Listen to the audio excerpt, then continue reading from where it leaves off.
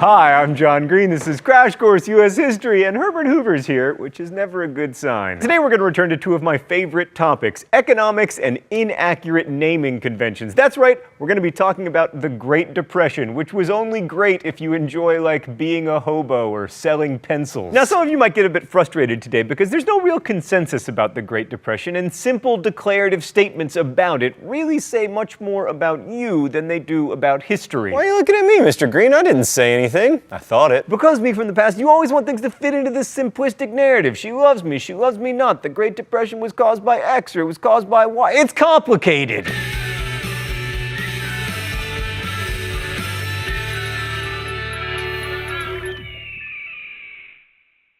Many people tell you that the Great Depression started with the stock market crash in October 1929, but A, that isn't true, and B, it leads people to mistake correlation with cause. What we think of as the Great Depression did begin after the stock market crash, but not because of it. Like as we saw last week, the underlying economic conditions in the US before the stock market crash weren't all moonshine and rainbows. The 1920s featured large-scale domestic consumption of relatively new consumer products, which was good for American industry, but much of this consumption was fueled by credit and installment buying, which, as it turned out, was totally unsustainable. The thing about credit is that it works fine unless and until economic uncertainty increases, at which point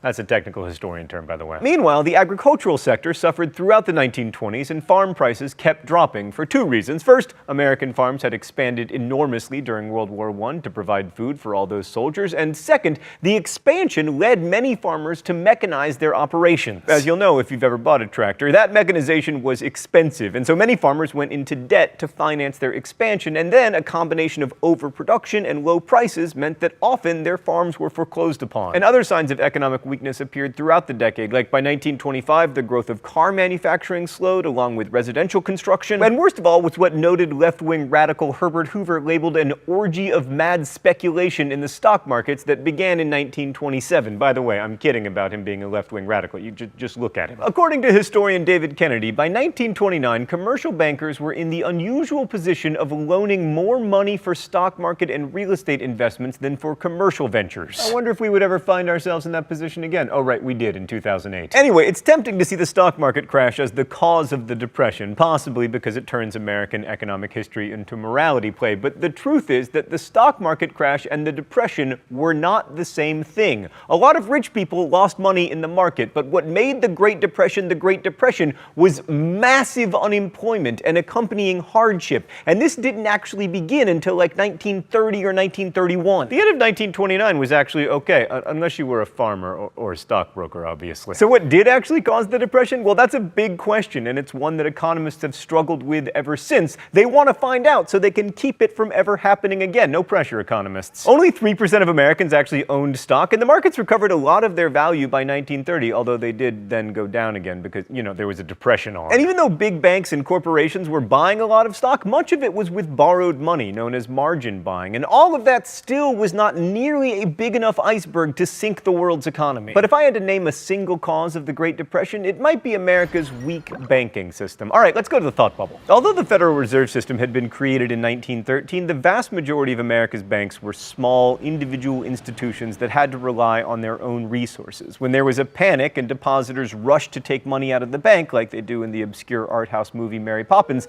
the bank went under if it didn't have enough money on reserve. So in 1930, a wave of bank failures began in Louisville that then spread to Indiana, Illinois, Missouri, and eventually Arkansas and North Carolina. As depositors lined up to take their money out before the banks went belly up, banks called in loans and sold assets. Ultimately, this meant that credit froze up, which was what really destroyed the economy. A frozen credit system meant that less money was in circulation, and that led to deflation. Now you're probably thinking, big deal, deflation can't be as bad as inflation, right? No, deflation is much worse, as anyone who has ever slept on an air mattress knows. When prices drop, businesses cut costs, mainly by laying off workers. These workers then can't buy anything, so inventories continue to build up and prices drop further. Banks weren't lending money, so employers couldn't borrow it to make payroll to pay their workers, and more businesses went bankrupt, leaving more and more workers unable to purchase the goods and services that would keep the businesses open. So if we have to lay the blame for the Great Depression on someone, we can blame the banks, which isn't completely wrong, and it gives us a chance to shake our fists at Andrew Jackson, whose distrust of central banking got us into this this mess in the first place. That's probably too simple, but the Federal Reserve does deserve a good chunk of the blame for not rescuing the banks and not infusing money into the economy to combat this deflationary cycle. Thanks, Thought Bubble. So economics fans out there might be saying, why didn't the Hoover administration engage in some good old-fashioned Keynesian pump priming? The thinking there is that if governments do large-scale economic stimulus and a bunch of infrastructure projects, it can kind of create a bottom that stops the deflationary cycle. And that does often work, but unfortunately, the Hoover administration did not have a TARDIS. John Maynard Keynes' great work, The General Theory of Employment, Interest, and Money — he wasn't very good at titles — wasn't published until 1936, when the Depression was well underway. Venturing into the green nightmare of not America for a moment, Herbert Hoover offered a global explanation in his memoirs for the global phenomenon that was the Great Depression. He claimed that its primary cause was World War I, and to be fair, the war did set the stage for a global economic disaster because of the web of debts and reparations that it created. Like under the Versailles Treaty, Germany had to pay $33 billion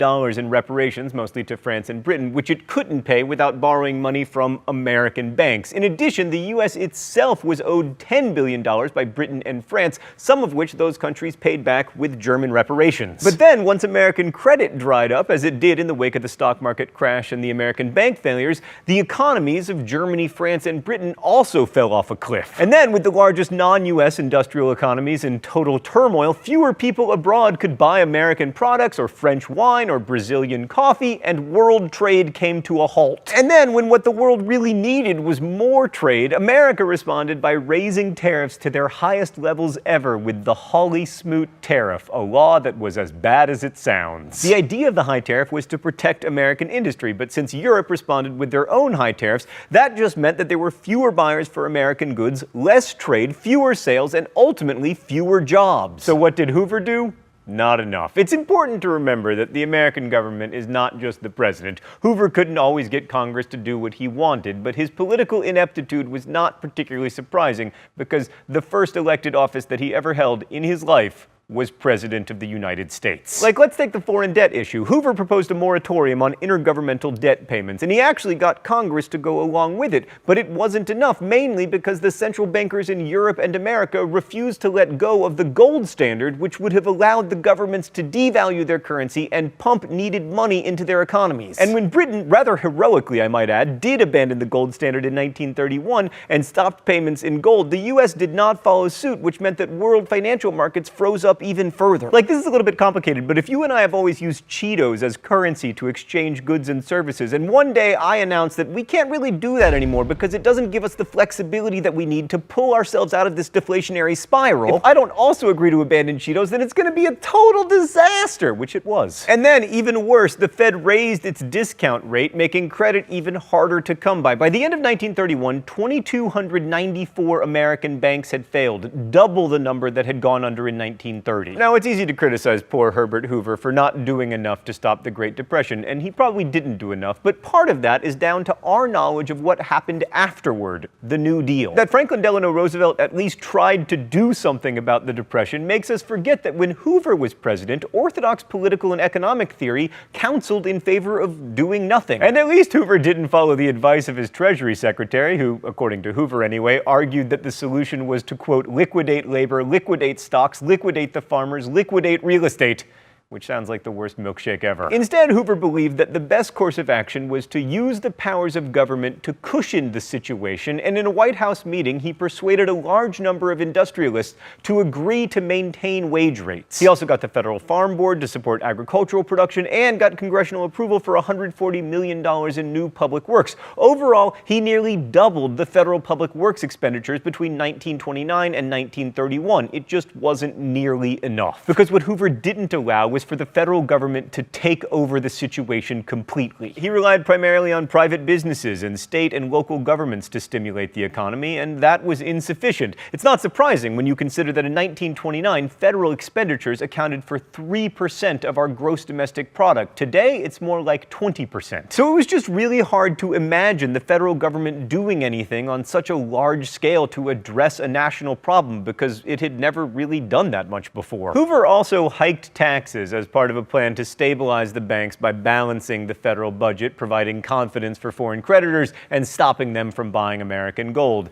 This would support bonds and also keep the federal government out of competition with private borrowers. The Revenue Act of 1932 passed Congress, but it didn't do much to stop the Depression. In fact, arguably, it made it worse. So ultimately, this dire situation forced Hoover into a truly radical move. In January 1932, he and Congress created the Reconstruction Finance Corporation, which was basically a federal bailout program that borrowed money to provide emergency loans to banks, building and loan societies, railroads, and agricultural corporations. The problem was that by 1932, bailing out the banks wasn't enough, and the Great Depression started to take shape. By early 1932, well over 10 million people were out of work, 20% of the labor force, and in big cities the numbers were even worse, especially for people of color. Like in Chicago, 4% of the population was African American, but they made up more than 16% of the unemployed. Although Hoover famously claimed that no one starved, which was a little bit let them eat cakey, people did search trash cans for food, and many Americans were forced to ask for relief. Hoover's response was to try to encourage private charity through the unfortunately acronymed President's Organization on Unemployment Relief,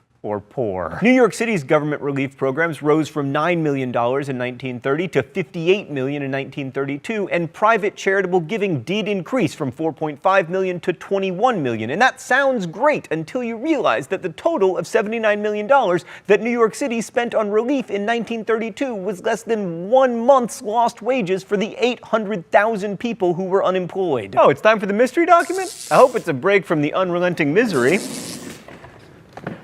Probably not. The rules here are simple. I guess the author of the mystery document and then usually fail and get shocked with the shock pen, which is a real shock pen no matter what you people say. All right, what do we got here? We sit looking at the floor. No one dares think of the coming winter. There are only a few more days of summer. Everyone is anxious to get work, to lay up something for that long siege of bitter cold, but there is no work. Sitting in the room, we all know it. This is why we don't talk much. We look at the floor, dreading to see that knowledge in each other's eyes. There is a kind of humiliation in it. We look away from each other. We look at the floor. It's too terrible to see this animal terror in each other's eyes. I mean, Stan, unemployment was 25%, and this could be literally any of those people. I'm going to guess that it's a woman because men were usually on the road trying to find work while women would go to these offices to look. I mean, it could be many. I have no idea. Janet Smith. Maridel LeSueur, she's a good writer. Maybe we should hire her.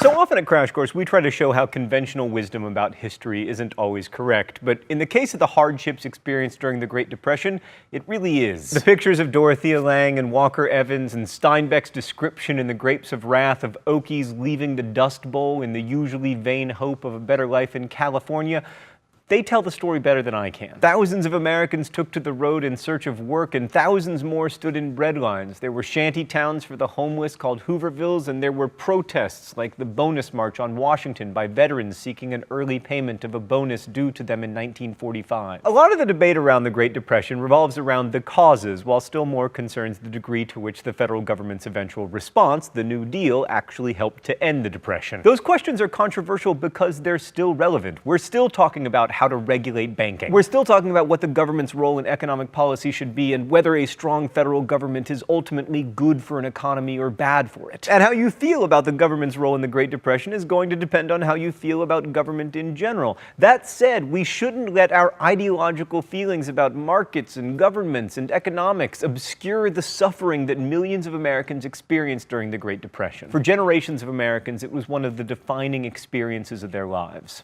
Thanks for watching. I'll see you next week. Crash Course is produced and directed by Stan Miller, written by Raoul Meyer, and made with the help of all of these nice people, and it is possible because of your support through Subbable. These videos are only possible because of the support Crash Course viewers give the show on a monthly basis through Subbable. There's a link in the video info if you'd like to join those subscribers. Cool perks and stuff, but mostly educational video available for free to everyone forever. Thank you for watching and supporting Crash Course, and as we say in my hometown, don't forget to be awesome. I'm gonna hit the globe. Nailed it.